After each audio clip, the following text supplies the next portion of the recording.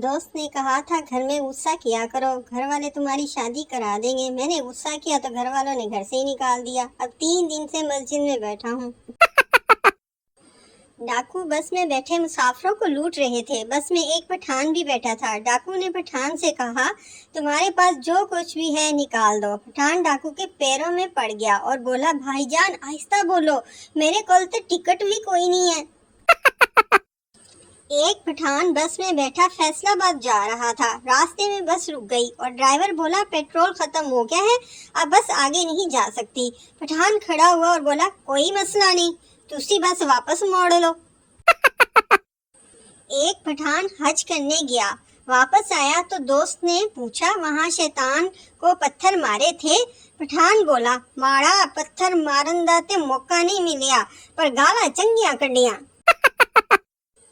लड़का, क्या कर रही हो? लड़की, अभी वजू किया है और नमाज पढ़ने जा रही हूँ। तुम क्या कर रहे हो? लड़का, मैं मार्केट में तुम्हारे पीछे पीछे तस्वीर पढ़ रहा हूँ। पठान अपनी गर्लफ्रेंड से बोला, मैं कल तुम्हें मिलने आऊंगा और फूल भी दूंगा।